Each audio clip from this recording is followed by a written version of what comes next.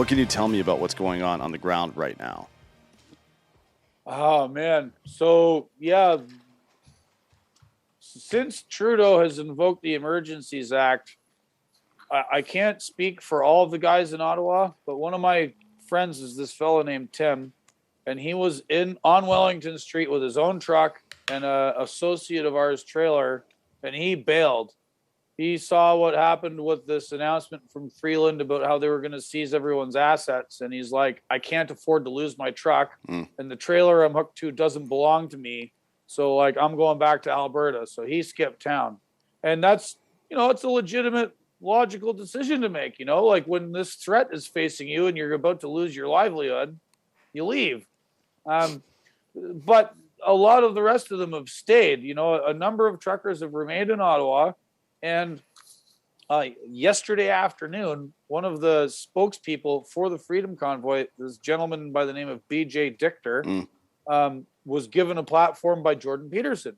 So Jordan Peterson hosted BJ on his podcast for all of about 6 or 7 minutes, and BJ read a prepared statement. And you guys can go to Peterson's YouTube and listen for yourself.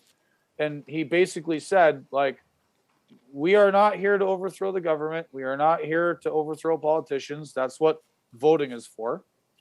We are not racist. We are not Nazis. We have support from all across Canada and all across all communities. We are here for unity and love.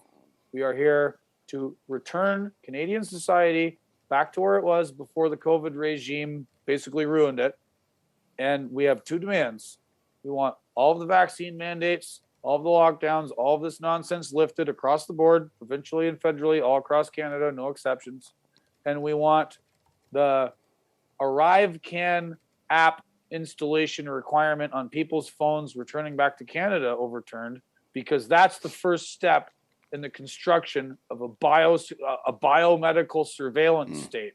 This is very important, and I'm very glad that BJ included this, because this is the dystopian nightmare.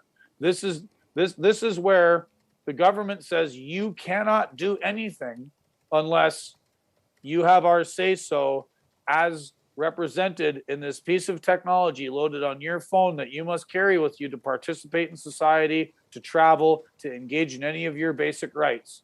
So I'm very glad that Mr. Dichter included that, and it's like, go watch it. It's, so in seeing that, I'm trying to read between the lines here, but I don't think they're going anywhere. I think they're going to keep resisting, and they're going to keep sitting peacefully in Ottawa with their trucks, and they're going to keep partying on every weekend because the public supports them. All polls show that a majority of the public supports the ending of these mandates, if not explicitly supporting the truckers outright. So, like, it's time for Trudeau to pull his head out of his ass, stop being a narcissist, stop being a toady to the pharmaceutical corporations, stop being a toady to the World Economic Forum, and start representing the interest of Canadians. Well, I mean, I just think these people are so out of touch with reality.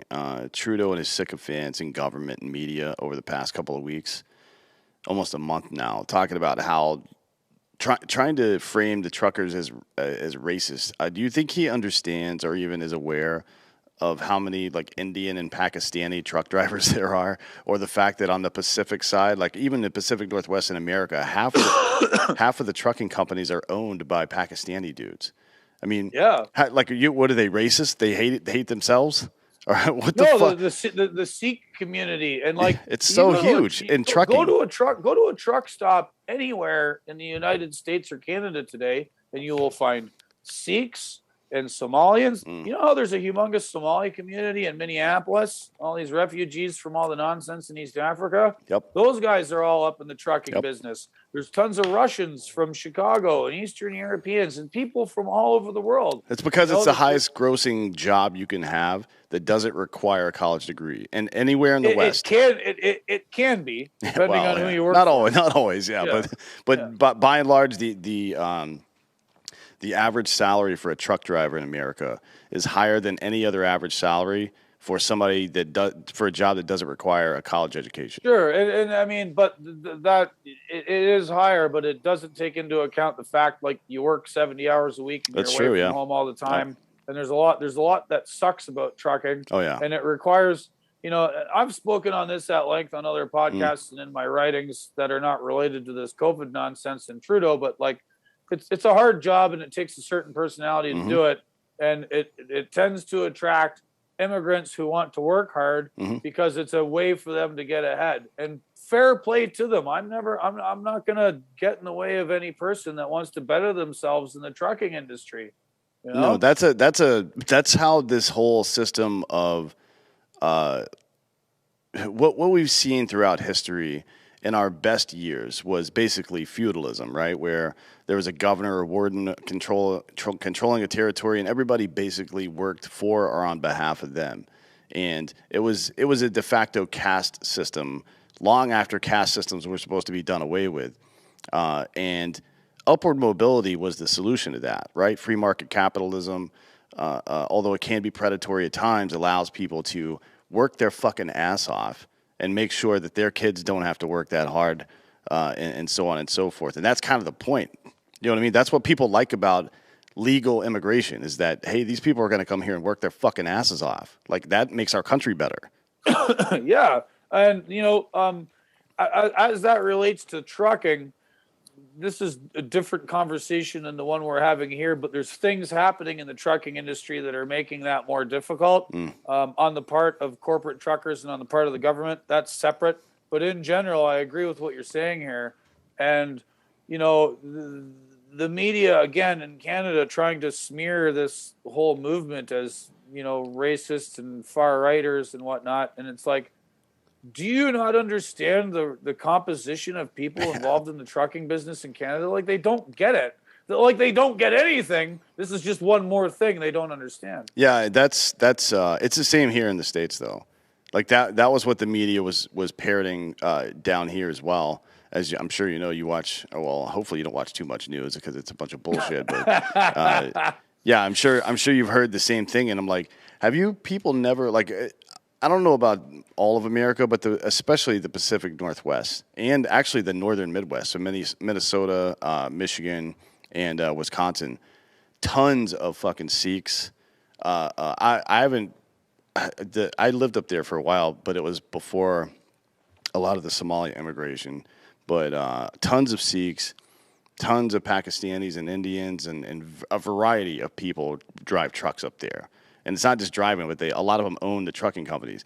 Sure, yeah. It's just weird to me, like how it's like somebody showed up and started criticizing something, but nothing they say makes any sense. Like, the problem is these people who don't know anything and don't make any sense, unfortunately, work for legacy media.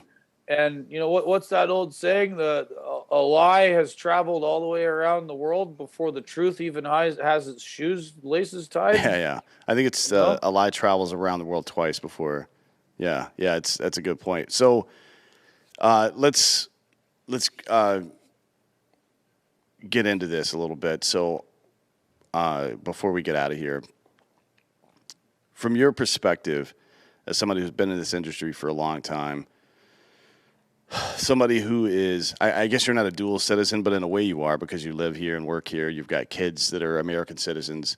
Yeah, I have a permanent residency card. Yeah. I have a green card. So it's basically the next step below full citizenship. Right. So you're very heavily invested in both of these communities, both personally and through your family. Your opinion, what was the ultimate, or what rather is the ultimate purpose of this convoy / protest? As the Freedom Convoy organizers have stipulated, an end to the vaccine mandates, which have bifurcated our society and prevented people from maximizing their full potential as workers. That's it. And stopping the biomedical surveillance state in its tracks. That's it. It's just a matter of allowing people to continue working.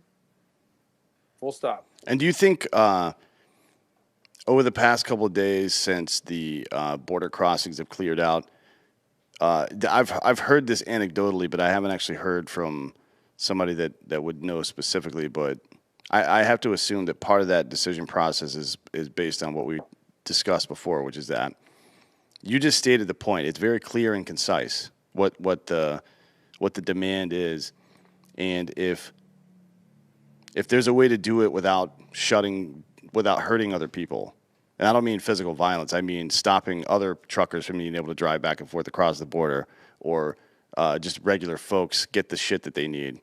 It seems like when you show temperance in your protest, like when you have a just cause, but you still are able to entertain the idea that your just cause can be accomplished in a different way with less fallout for the general public, that is a very good advertisement for your cause, in my opinion. And a very bad advertisement for the government's cause is when they get embarrassed publicly, both with data and with support, that they try to put a stranglehold on people's liberty.